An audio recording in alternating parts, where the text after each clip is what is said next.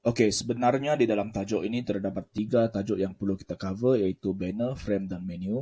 Jadi untuk tajuk ini saya cuma akan memperkenalkan ataupun bercakap tentang banner sebab tajuk ini agak besar, jadi saya pecahkan kepada 3. Okey, tapi secara umumnya jika anda lihat di sini adalah penerangan ringkas tentang banner, iaitu adalah sebuah segi 4 yang biasanya terletak di bahagian atas, sisi ataupun bawah laman sesawang ataupun website, dan ianya boleh berbentuk statik, animasi ataupun mempunyai pautan. Okey, seperti yang anda lihat pada gambar raja sebelah kiri di sini.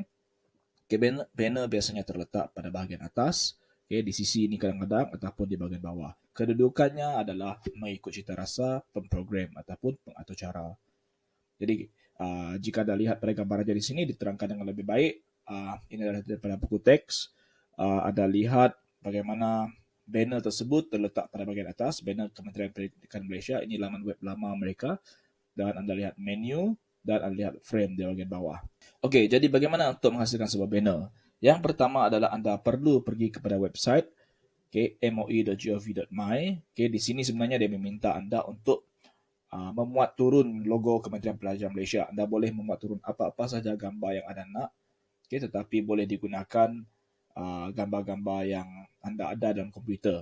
Okay, yang kedua, okay, anda perlu mengalihkan bar tatar ataupun scroll bar sehingga paparan muat turun di bahagian bawah laman sesawang. Okay.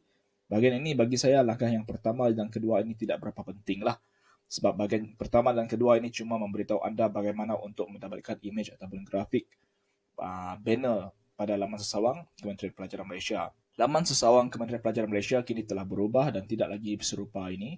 Jadi mungkin ini tidak boleh diguna pakai lagi. Okay, jadi apa yang saya boleh nyatakan di sini adalah anda boleh mencari apa-apa saja banner, anda boleh buat banner sendiri, iaitu sebuah grafik yang berbentuk panjang dan lebar dengan saiz-saiz tertentu.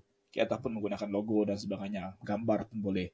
Okay, jadi kita terus ke langkah ketiga. Anda perlu menamakan semula logo tersebut kepada logo KPM. Ini boleh anda lakukan kepada gambar yang anda ada dalam komputer anda. Apa-apa gambar, anda tukarkan nama dia kepada logo kpm.jpg. Okay, caranya mudah, tekan saja F2 dan anda boleh type nama baru ataupun nama file baru tersebut. Jadi untuk langkah ini, dia meminta anda membuka sebuah folder HTML saya. Okay, jadi perlulah bagi pelajar untuk belajar mengikut langkah-langkah ini membuka folder HTML saya. Okay, apabila anda sudah membuka satu folder HTML saya, gambar tadi yang sudah anda tukarkan nama itu masukkan ke dalam folder tersebut. Dan barulah pergi kepada langkah keempat. Di langkah keempat, gunakan aplikasi Notepad, iaitu aplikasi yang biasa kita gunakan untuk membuat HTML, untuk menaip kod arahan biasa ataupun kod arahan standard untuk HTML, iaitu ada pembukaan HTML, header, title, dan body. Okay, 3 komponen ini mesti ada. Kemudian di antara title, tuliskan perkataan banner. Okay, ini memberi gambaran di mana banner ingin diletakkan kelak.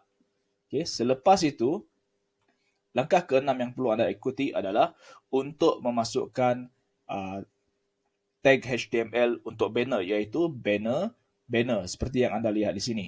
Okay, masukkan tag HTML banner di antara tag body. Jadi jangan letakkan di tempat-tempat yang sesuka hati anda, letakkan di antara body. Tujuan kita berbuat demikian adalah supaya banner tersebut akan masuk ke dalam bahagian body. Okay, tidak akan keluar kepada bahagian-bahagian lain. Dan selepas itu, selepas anda memasukkan tag HTML banner, di antara tag HTML banner, anda masukkan lagi tag untuk ataupun kod arahan untuk menaik ataupun menarikkan logo KPM yang anda telah savekan tadi, iaitu dengan menggunakan perkataan img src sama dengan pembuka kata logo kpm.jpg penutup kata dan penutup tag HTML tersebut. Ingat bahawa kemasukan image tersebut seharusnya di antara tag banner tadi.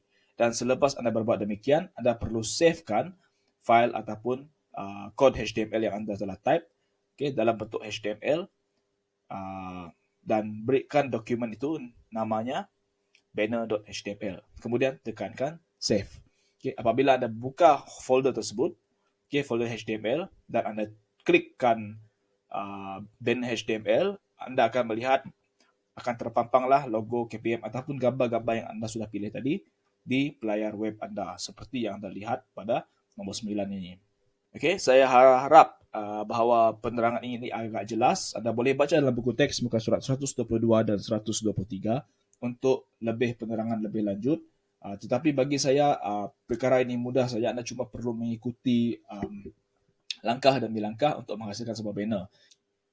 Ingat bahawa gambar ini boleh ditukar. Anda boleh menggunakan logo KPM, Anda boleh menggunakan logo sains, Anda boleh menggunakan logo sekolah dan sebagainya. Boleh digunakan untuk menggantikan kod HTML ataupun logo KPM yang diberikan dalam contoh ini. Okey.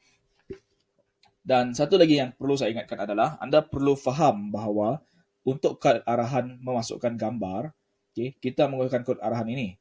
Okay, IMG SRC logo KPM. Okay, IMG SRC sama dengan pembuka kata, penutup kata. Ini adalah kod asal ataupun kod dasarnya. Manakala logo kpm.jpg ini adalah nama fail ataupun destinasi rujukan. Nama fail atau destinasi rujukan ini boleh diubah mengikut lokasi fail tersebut. Jikalau fail anda ataupun macam yang kita buat di sini, okay, jikalau fail tersebut terletak dalam folder yang sama, anda boleh terus menggunakan nama fail tersebut. Okay, jikalau fail tersebut terletak dalam folder yang sama. Tetapi jikalau fail tersebut ataupun fail gambar tersebut terletak di luar folder tersebut, contohnya dalam My Document ataupun dokumen lain, anda perlu memasukkan lokasi fail itu dalam komputer. Dalam contohnya ataupun sebagai contohnya anda lihat seperti ini. Okay, C merujuk kepada hard drive anda, My Computer merujuk kepada folder tersebut dan ini merujuk kepada nama fail. Anda mesti mengkopi sebulat-bulatnya destinasi rujukan tersebut. Jika anda mahukan gambar tersebut terkeluar. Okay, kalau anda meletakkan gambar, save gambar tersebut dalam satu folder yang berlainan, kemungkinan besar gambar itu tidak akan keluar. Bukan kemungkinan besar, tetapi memang tidak akan keluar. Okay? Jadi anda mesti mengikut lokasi dia. Dan IMG SRC ini sebenarnya bermaksud image source. Okay? Jadi fahamlah, image source sumber gambar. Dan jikalau anda mengambil gambar tersebut daripada laman web tertentu ataupun laman sesawang yang berlainan, anda boleh memasukkan terus alamat gambar tersebut. Ini akan membolehkan gambar tersebut terus keluar dan terus terpampang seperti yang anda lihat di sini. Diharapkan penerangan ini anda faham dan saya harap ianya akan membantu anda. Terima kasih.